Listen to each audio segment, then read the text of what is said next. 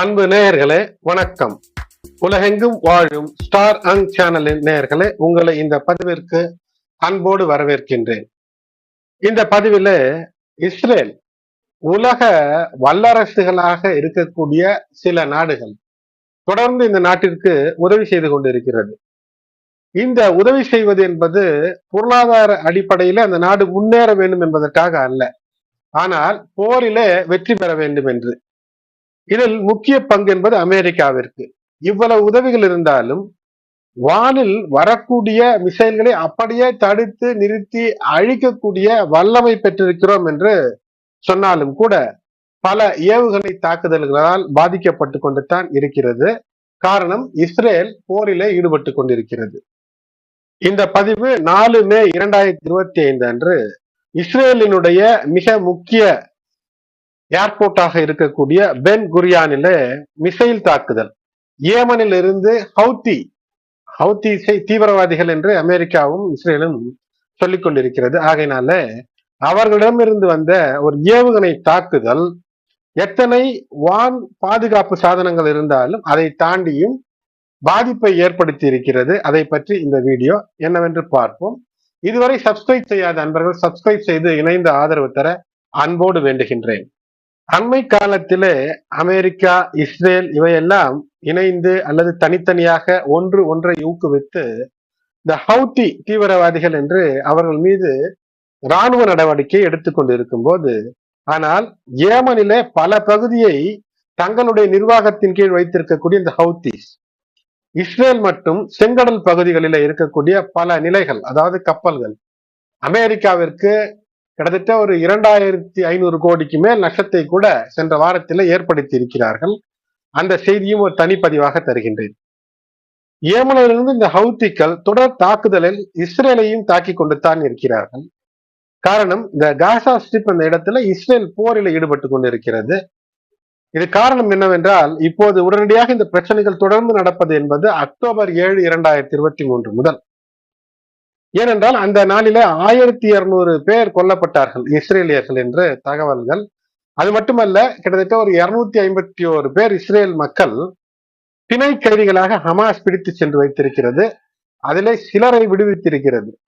இந்த எதிர்த்தாக்குதல் இஸ்ரேல் தொடர்ந்து நடத்தி பாலஸ்தீனியர்களை 52,000த்திற்கும் மேற்பட்ட மக்களை கொன்று குவித்திருக்கிறது. தொடர் தாக்குதல்களுக்கு பதிலடி என்று, அதாவது பாலஸ்தீனுக்கு இஸ்ரேல் பதிலடி, இஸ்ரேலுக்கு பாலஸ்தீன் பதிலடி, அதோடு கூட இந்த ஹவுத்தி இனமும் சேர்ந்திருக்கிறது.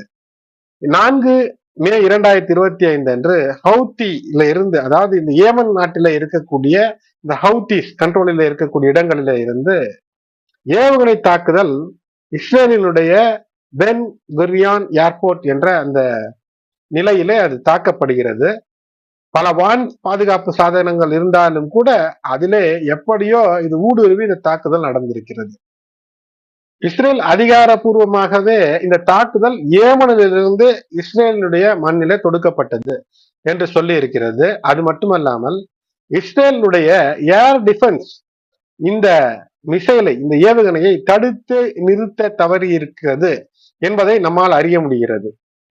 இஸ்ரேல் போலீஸ் என்ன சொல்கிறார்கள் என்றால், இந்த ஏர்போர்ட்டிற்குள் இந்த சம்பவத்திற்கு பின்பு சாதாரண பொதுமக்களினுடைய அனுமதி மறுக்கப்பட்டது.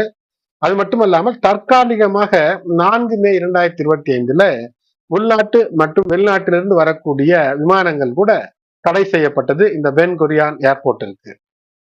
இப்படி ஏதோ ஒரு சிறிய அளவில ஒரு தாக்குதல் பாதிப்பு என்று தொடர்ந்து நடந்து கொண்டிருக்கிறது. இந்த சம்பவத்திற்கு ஸ்போக்ஸ் பர்சன் ஹவுத்தி மிலிட்டரியாக இருக்கக்கூடிய யாஹ்யா சரியா என்பவர் இது தொடர்ந்து ஒரு அச்சுறுத்தலையும், மேலும் தாக்குதல்கள் எல்லாம் தொடரும் என்ற ஒரு அச்சுறுத்தலையும் தந்திருக்கிறார். இந்த தாக்குதலை நடத்தியது ஏமனிலே பல பகுதிகளை தன் கட்டுப்பாட்டிலே வைத்திருக்கக்கூடிய ஹவுத்திஸ். ஆனால் இஸ்ரேல் ராணுவம், இஸ்ரேல் ஏர்போர்ஸ் என்ன சொல்கிறார்கள் என்றால், எந்த விதமான செயலிழப்போ அல்லது தவறோ தங்களுடைய வான் பாதுகாப்பு அமைப்பில இல்லை, அவை சரியாகத்தான் செயல்படுகிறது, இருந்தாலும் ஒரு விசாரணைக்கு உத்தரவிடப்பட்டிருக்கிறது என்பதை செய்தியாக வெளியிட்டிருக்கிறது. இஸ்ரேலுடைய பிரதமர் பெஞ்சமின் நேத்தன்யாகு சொல்லும் போது, பல மடங்கு இந்த ஹவுத்திஸ் வருத்தப்படக்கூடிய அமைப்பில தாக்குதல்கள் இருக்கும் என்று அவர் எச்சரிக்கை விடுத்திருக்கிறார். ஈரான் மீண்டும் தன்னுடைய பகிரங்க எச்சரிக்கையை இஸ்ரேலுக்கு விடுத்திருக்கிறது. இஸ்ரேல் ஈரானை தாக்கினால் ஈரானுடைய தாக்குதலும் பலமாக இருக்கும் என்று ஈரானும் எச்சரித்திருக்கிறது. ஆகையினால இந்த மிடில் ஈஸ்ட் பிரச்சனை என்பது ஓயாமல் தொடர்ந்து கொண்டிருக்கிறது. அக்டோபர் 7, 2023 துவங்கியது. இன்றளவும் ஓய்ந்தபாடில்லை. தொடர்ந்து பிரச்சனை என்பது இருக்கிறது. இந்த 4/5/2025 பென் குரியான் ஏர்போர்ட் இதுல நடந்த தாக்குதல் என்பது ஒரு பதற்றத்தை தற்காலிகமாகவாவது இஸ்ரேலிற்கு தந்திருக்கிறது என்பது உண்மை. அன்பு நேயர்களே, தொடர்ந்து உலக செய்திகளையும் வரலாற்று சுவடுகளின் பதிவுகளையும் அறிவதற்கு இந்த சேனலை சப்ஸ்கிரைப் செய்யுங்கள். பதிவு பிடித்திருந்தால் லைக் செய்யுங்கள். மற்ற உங்களுடைய உற்றார் உறவினர் நண்பர்களுக்கும் ஷேர் செய்யுங்கள். நன்றி.